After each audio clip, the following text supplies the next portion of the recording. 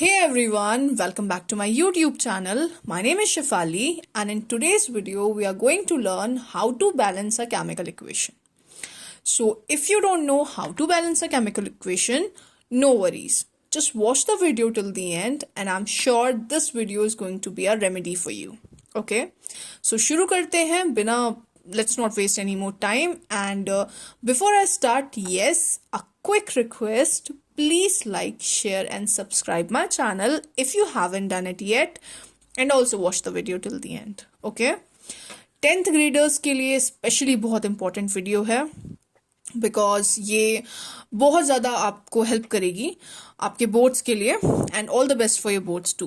Okay, so balancing of chemical equation की अगर हम बात करें, सबसे पहले हम ये जानते हैं कि हम इक्वेशन को बैलेंस करते क्यों हैं. तो हम इक्वेशन को इसलिए बैलेंस करते हैं ताकि जो law of conservation of mass है हम उसे सेटिस्फाई कर सकें. ठीक है, ये 1 मार्क्स का क्वेश्चन सीधा सीधा बनता है यहाँ से कि why do we balance a chemical equation. So आपका आंसर होगा because to satisfy the law of conservation of mass. Okay, so law of conservation of mass क्या होता है? लॉ ऑफ कंजर्वेशन ऑफ मास को समझने के लिए let me give you an example first. Okay, suppose हम कार्बन प्लस ऑक्सीजन से बनता है carbon dioxide, right? Carbon plus oxygen gives you carbon dioxide.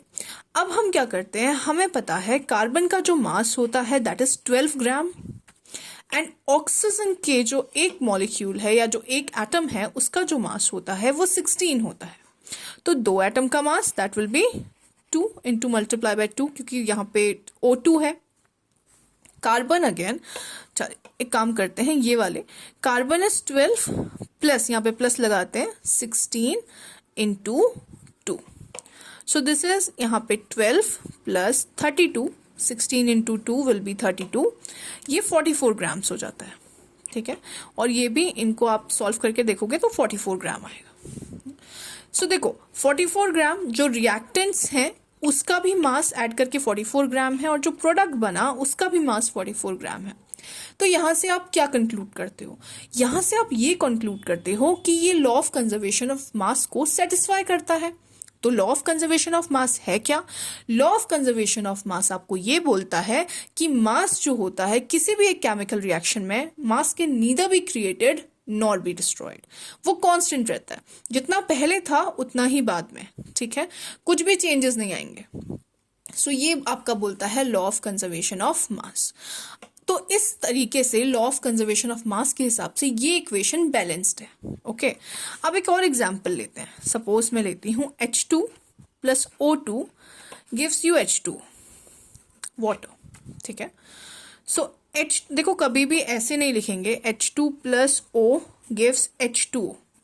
ऐसे इक्वेशन नहीं लिखी जाएगी क्योंकि ऑक्सीजन आप डायटोमिक होता है, आप इसको 2 लेते हो. ठीक है, कभी भी ऑक्सीजन को सिंगल नहीं लिया जाता. सो अगर आप इसे बैलेंस करोगे H2 plus O2 gives H2O. सी इसमें भी हम वही कंजर्वेशन ऑफ मास यूज करते हैं, लगाते हैं, प्रूफ करने की कोशिश करते हैं. हाइड्रोजन का एटॉमिक मास 1 होता है.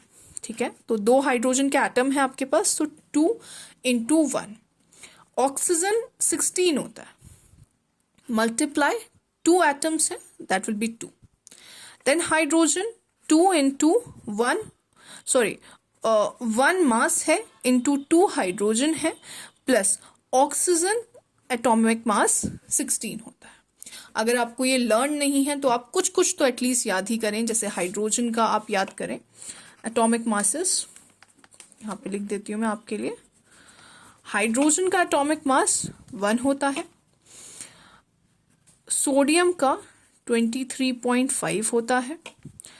ठीक है, और नाइट्रोजन का 14 होता है, कार्बन का 12 होता है, ऑक्सीजन का 16 होता है. ये कुछ नॉर्मल, क्लोरीन भी लिख लीजिए आप 35.5. ये कुछ नॉर्मल एटॉमिक मासेस हैं जो आपको याद करने ही चाहिए. ठीक है, बहुत यूजफुल है. इतने नॉर्मली इतने तो याद होने ही चाहिए. सो 2 इंटू 1 16 इंटू 2. अब इसको देखते हैं, इसकी वैल्यू निकालते हैं. That is 32. This gives you 2 plus 16. सो यहाँ पे 18 ग्राम्स में है यूनिट और यहाँ पे 4 ग्राम्स है यूनिट। सी डिफरेंस देखो, ये 18 ग्राम है और 34 ग्राम है, तो यहाँ पे तो लॉ ऑफ कंजर्वेशन फॉलो ही नहीं हुआ है ना। हमने तो यही पढ़ा कि रिएक्टेंट का जितना मास होगा टोटल प्लस प्रोडक्ट, रिएक्टेंट का जितना भी मास होगा वो इक्वल होगा प्रोडक्ट के मास के, लेकिन ऐसा तो हो ही नहीं रहा। This is 34 grams and this is 18 grams. इसका मतलब क्या है? इसका मतलब ये है ये लॉ ऑफ कंजर्वेशन को फॉलो नहीं कर रहा है। तो अब क्या करेंगे हम? तो अब हम इक्वेशनों को बैलेंस करेंगे। इसका मतलब ये है कि हमारी इक्वेशन बैलेंस नहीं है। समझ में आया? अगर हम इक्वेशन बैलेंस करते हैं तो हमारा आंसर सही हो जाएगा। जैसे कि I give you an example, मैं इसी इक्वेशन को बैलेंस कर देती हूँ और तब मैं आपको एटॉमिक मास निकाल के, मतलब मासेस निकाल के दिखाती हूँ। Okay, so hydrogen 2, oxygen 1। यहाँ पे ऑक्सीजन 1 है तो मैं इसे 2 करूंगी। So now oxygen is 2, hydrogen अगर आप यहाँ देखो 2 2s are 4 हो चुका है, तो यहाँ पे एक 2 लगा देते हैं। ठीक है, अब देखो, अब निकालते हैं हम मास यहाँ पे। Now 2 atom of hydrogen, let me do it over here. यहाँ पे मैं फिर से इक्वेशन लिख देती हूँ, oxygen this gives you 2H2। ठीक है, ये वाली जो इक्वेशन है इसे करेक्ट करके बैलेंस करके मैंने यहाँ पे लिखा है। अब मैं इसका एटॉमिक मास निकालती हूँ, लॉ ऑफ कंजर्वेशन इसमें अप्लाई करती हूँ। 2 into 1 होता है, so this is 2 2s are 4 है आपके हाइड्रोजन के एटम एंड एटॉमिक मास 1 होता है हाइड्रोजन का, प्लस ऑक्सीजन का एटॉमिक मास 16 होता है और 2 एटम्स हैं ऑक्सीजन के। गिव्स, यहाँ पे देखते हैं इसका 2 into हाइड्रोजन का एटॉमिक मास 1 होता है मल्टीप्लाई बाय 2 एटम्स है, प्लस ऑक्सीजन 16 होता है। Okay, 4 plus 32, this will give you 36 grams। And यहाँ पे अगर हम मल्टीप्लाई करें 2 plus 16, 2 into 18, this will also give you 36 ग्राम। तो देखो अभी law of conservation of mass follow हो रहा है। और ये क्यों फॉलो हो रहा है? क्योंकि यहाँ पे इक्वेशन बैलेंस्ड है। अब आपको समझ में आया why do we need to balance a chemical equation. So हमें केमिकल इक्वेशन बैलेंस करने की जरूरत इसलिए पड़ती है क्योंकि हमें लॉ ऑफ कंजर्वेशन ऑफ मास को फॉलो कराना होता है, सेटिस्फाई कराना होता है। ठीक है, सो ये है आपका रीजन कि हम बैलेंस क्यों करते हैं केमिकल इक्वेशन को। अब हम बात करते हैं how to balance a chemical equation. सबसे पहले आप डेफिनेशन जानो कि बैलेंसिंग ऑफ केमिकल इक्वेशन क्या होती है। सो डेफिनेशन लिखी है मैंने आपके लिए, the process of making the number of different types of atoms equal on the both side of an equation is called balancing of equation. Late me give you an example. जैसे हम यही वाला example ले लेते हैं, H2 plus O2 वाला जो हमने पहले बैलेंस किया था। H2 plus O2 gives you H2, है ना। अब देखो यहाँ पे हाइड्रोजन तो 2 है, यहाँ पे भी हाइड्रोजन 2 है, मतलब रिएक्टेंट और प्रोडक्ट दोनों साइड में जितने भी आपके एलिमेंट्स होने चाहिए वो इक्वल होने चाहिए, इक्वल एटम्स होने चाहिए आपके पास। यहाँ पे देखो हाइड्रोजन 2 है, यहाँ पे भी हाइड्रोजन 2 है। ठीक है, ऑक्सीजन आर 2, लेकिन यहाँ पे ऑक्सीजन एक ही है। दैट इज द रीजन कि आपको ये इक्वेशन बैलेंस करनी पड़ेगी। और यही रीजन था कि इसमें law of conservation of mass जो है वो फॉलो नहीं हो रहा था। और जब हमने इक्वेशन को बैलेंस किया तो law of conservation of mass भी फॉलो हो गया, सेटिस्फाई हो गया। ठीक है, सो अब हम सीखते हैं दैट कैसे हम इसे बैलेंस करेंगे। सो बहुत ही ईजी मैथड है to balance a chemical equation. What you have to do is, सबसे पहले आप मेटल को बैलेंस करो, बैलेंस द मेटल। ठीक है, जो भी आपको इक्वेशन दी गई है उसमें सबसे पहले मेटल बैलेंस करो, देन नॉन मेटल बैलेंस करो, then oxygen and then hydrogen, last में हाइड्रोजन को बैलेंस करो। ओके, सो ये 4 चीजें आपको करनी है। सबसे पहले मेटल बैलेंस करना है, then non metal, then oxygen और फिर फाइनली हाइड्रोजन को बैलेंस करना है। सो हम एक एग्जाम्पल लेते हैं और उससे और अच्छी तरीके से समझते हैं कि हम कैसे बैलेंस करेंगे। ओके, तो ये एक एग्जाम्पल लिया है मैंने, CH4 plus O2 gives carbon dioxide plus H2O। ठीक है, अभी देखो बैलेंस करने के लिए मैंने आपको बताया है, पहले मेटल बैलेंस करेंगे हम, फिर नॉन मेटल, फिर ऑक्सीजन एंड फाइनली हाइड्रोजन को बैलेंस किया जाएगा। ठीक है, तो अब हम क्या करते हैं, देखो ये इक्वेशन है आपकी, अब ये बैलेंस नहीं है, हम इसे बैलेंस करेंगे। सो देखो मेटल आपको दिख रहा होगा, अगर अभी इसमें कोई भी ऐसा मेटल लगा नहीं है, तो अब अगर मेटल नहीं है तो आप नॉन मेटल को बैलेंस कर लो। कौन नॉन मेटल है? Carbon is the non metal, तो कार्बन को सबसे पहले बैलेंस करो।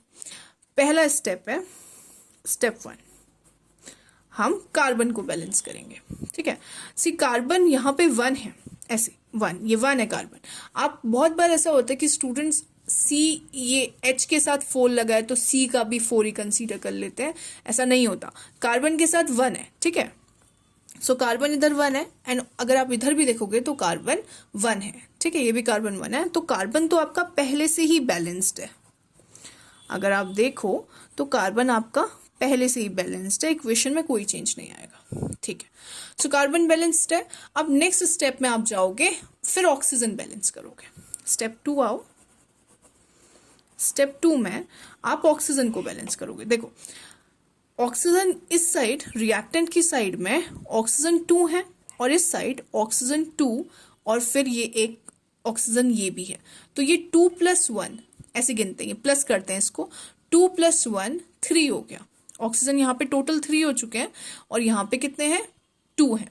तो एक काम करती हूँ मैं, दोनों साइड मुझे ऑक्सीजन सेम बनाने हैं, नंबर ऑक्सीजन के दोनों साइड सेम होने चाहिए, सेम नंबर ऑफ एटम्स होने चाहिए दोनों साइड। तो मैं एक काम करती हूँ, यहाँ पे 2 से मल्टीप्लाई कर देती हूँ। अब देखो यहाँ पे कितने ऑक्सीजन हुए? ऑक्सीजन 2 + 2 1s are 2, सो 2 + 2 यहाँ पे 4 ऑक्सीजन हो गए, और यहाँ पे 2 ही है, तो मैं इसके आगे एक और 2 लगा देती हूँ। 2 × 2 अगेन 4, सो 4 ऑक्सीजन इधर है और 4 ऑक्सीजन इधर है। अभी ऑक्सीजन बैलेंस्ड है। क्या कार्बन में कोई फर्क पड़ा ऑक्सीजन को बैलेंस करने से? नहीं। तो ठीक है, ठीक है, अब स्टेप नंबर 3 में चलते हैं। स्टेप 3 में क्या होगा? ऑक्सीजन हमने बैलेंस कर लिया है, अब हम हाइड्रोजन को बैलेंस करेंगे। ठीक है, हाइड्रोजन कैसे बैलेंस करेंगे देखते हैं। इधर हाइड्रोजन कितने हैं? 4 हाइड्रोजन है, और इधर देखो 2 2s are 4, तो हाइड्रोजन भी बैलेंस्ड है, हाइड्रोजन भी बैलेंस्ड है। सो अगर हम देखें तो ये हमारी फाइनल इक्वेशन है, ये हमारी एक बैलेंस्ड केमिकल इक्वेशन है। देखो C1 है, C1 balanced, hydrogen 4 2 2s are 4, hydrogen 4 balanced, oxygen 4 2 2s are 4, and oxygen यहाँ पे 2 से × 2 एंड 2 + 2 4, तो ये इक्वेशन बैलेंस्ड है। नेक्स्ट, ये हमारा सेकेंड एग्जाम्पल रहेगा, ये NCERT का आपका क्वेश्चन है। सो NCERT के क्वेश्चन तो आप बिल्कुल मिस मत करना, बहुत इंपॉर्टेंट होते हैं। सोडियम सी, अब सेम प्रोसेस हम करेंगे, मेटल सबसे पहले बैलेंस करेंगे। सो मेटल आपका सोडियम है यहाँ पे, देखो स्टेप 1 मेटल बैलेंसिंग चलेगी। मेटल अगर आपको बैलेंस करना है तो देखिए सोडियम 1 सोडियम 1, यहाँ भी सोडियम 1 है, यहाँ भी सोडियम 1 है, तो सोडियम तो बैलेंस्ड है। ओके, तो मैं इक्वेशन ऐसी ही लिख देती हूँ जैसी थी, सोडियम बैलेंस्ड है। सेकेंड स्टेप इज, फिर क्या करते हैं, सोडियम पहले मेटल बैलेंस करते हैं, फिर नॉन मेटल। ठीक है, नॉन मेटल वैसे ऑक्सीजन और हाइड्रोजन भी नॉन मेटल ही होते हैं, लेकिन हम उसको अलग से लिख रहे हैं, तो अब नॉन मेटल हम कुछ कंसीडर नहीं कर रहे, अब हम सीधे ऑक्सीजन बैलेंस करेंगे। ठीक है, और कुछ है नहीं। सो आपने सोडियम बैलेंस किया, उसके बाद आप ऑक्सीजन बैलेंस करो। सोडियम ऐसी लिख दो, सी ऑक्सीजन 1 एंड ऑक्सीजन 1, यहाँ भी ऑक्सीजन 1 है और यहाँ भी ऑक्सीजन 1 है, दोनों साइड ऑक्सीजन 1 है, तो ऑक्सीजन भी आपका बैलेंस्ड है। इक्वेशन फिर से वैसी लिखेंगे। ओके, स्टेप 3, स्टेप 3 में हम क्या करेंगे, अच्छा एक काम करती हूँ, पहले मैं स्टेप 2 ही लिख देती हूँ यहाँ पे। Sodium + H2O gives sodium hydroxide + H2। ठीक है, सोडियम हाइड्रोक्साइड + H2, ये आपका स्टेप 2 है। So sodium plus H2O give sodium hydroxide plus H2। अच्छा, आप मुझे बताना इन द कमेंट सेक्शन कि सोडियम हाइड्रोक्साइड का pH कितना होता है। ओके, बेसिक होता है ये मीडियम में सोडियम हाइड्रोक्साइड, इसका pH कितना होता है, do write down in the comment section. तो ये है आपका, हमने ऑक्सीजन भी बैलेंस कर लिया है। अब बारी है हाइड्रोजन की। स्टेप 3 में हम हाइड्रोजन बैलेंस करेंगे। सी, यहाँ पे 2 हाइड्रोजन है और यहाँ पे 3 हाइड्रोजन है। This is 2 + 1, 3 hydrogen. तो हम क्या करेंगे, सबसे पहले हम हाइड्रोजन को बैलेंस करते हैं। प्लस H2 इक्वेशन लिख दी है मैंने। अब देखो हम कैसे बैलेंस करेंगे। अगर मैं यहाँ पे 2 लगा दूं, अच्छा एक काम करती हूँ, मैं यहाँ 2 लगा देती हूँ। मैं यहाँ 2 लगाऊं तो देखो 2 hydrogen 2 hydrogen, that becomes total of 4, और ये है आपका यहाँ पे 2। ठीक है, this is also 2, 2 2s are 4। तो हाइड्रोजन बैलेंस्ड है। और यहाँ पे देखो ऑक्सीजन, अब ऑक्सीजन कितना है, ऑक्सीजन 2 ऑक्सीजन 2, ऑक्सीजन भी बैलेंस्ड है। लेकिन सोडियम अगर हम देखें तो सोडियम थोड़ा सा डिसबैलेंस हो गया, बैलेंस नहीं हुआ है। यहाँ पे 2 सोडियम है और यहाँ पे 1 ही सोडियम है। तो फाइनली आप क्या करो, सोडियम को भी बैलेंस कर दो। 2H2O gives 2NaOH plus H2। यहाँ पे 2 सोडियम थे तो यहाँ पे 2 लगा देते हैं। Now if you see the equation is balanced.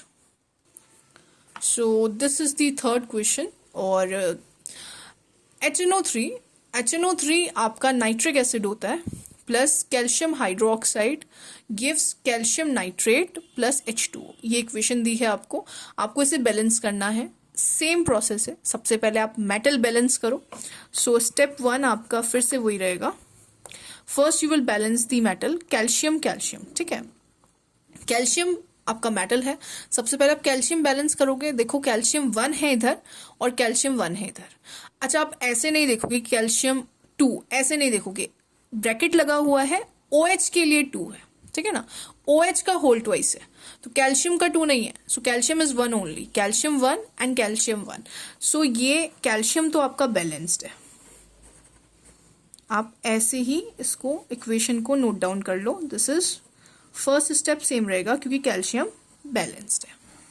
Now step 2 में आप क्या करोगे, next is to balance a non metal. Non metal, यहाँ पे नाइट्रोजन दिख रहा है आपको कैल्शियम के अलावा, तो नाइट्रोजन को बैलेंस करते हैं। नाइट्रोजन इधर 1 है और नाइट्रोजन इधर 2 है। सी, ऐसे देखते हैं, ये 2 1s आर 2, यहाँ पे 1 था और ये 2 हो गया, 2 से मल्टीप्लाई होगा क्योंकि होल ट्वाइस है। सो नाइट्रोजन 2 है और यहाँ पे नाइट्रोजन 1 है।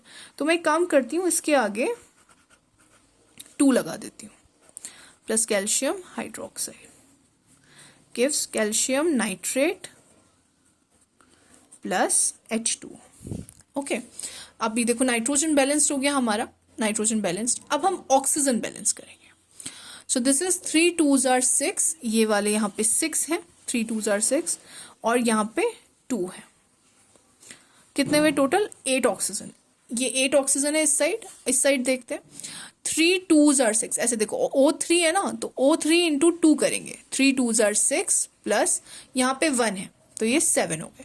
तो ऑक्सीजन बैलेंस नहीं है, बैलेंस करते हैं। नेक्स्ट स्टेप में हम क्या करेंगे, 2HNO3 plus CaOH whole twice gives CaNO3 whole twice plus यहाँ पे 2 लगा देती हूँ मैं H2O। ओके, देखो यहाँ पे 2 लगाऊंगी तो अब बैलेंस्ड है। 6 था यहाँ पे और यहाँ पे 2 आ गया, सो दिस इज ऑल्सो 8। ये भी इस साइड भी 8 हो गया ऑक्सीजन और इस साइड भी ऑक्सीजन 8 है। हाइड्रोजन देखते हैं, यहाँ पे 2 है हाइड्रोजन और यहाँ पे 2 है, 2 + 2 4 hydrogen and 2 2s are 4 hydrogen. So hydrogen भी बैलेंस्ड है। This is the final equation, ये आपकी फाइनल बैलेंस्ड इक्वेशन आएगी। I hope the video was helpful to you. Do like, share and subscribe. Thank you.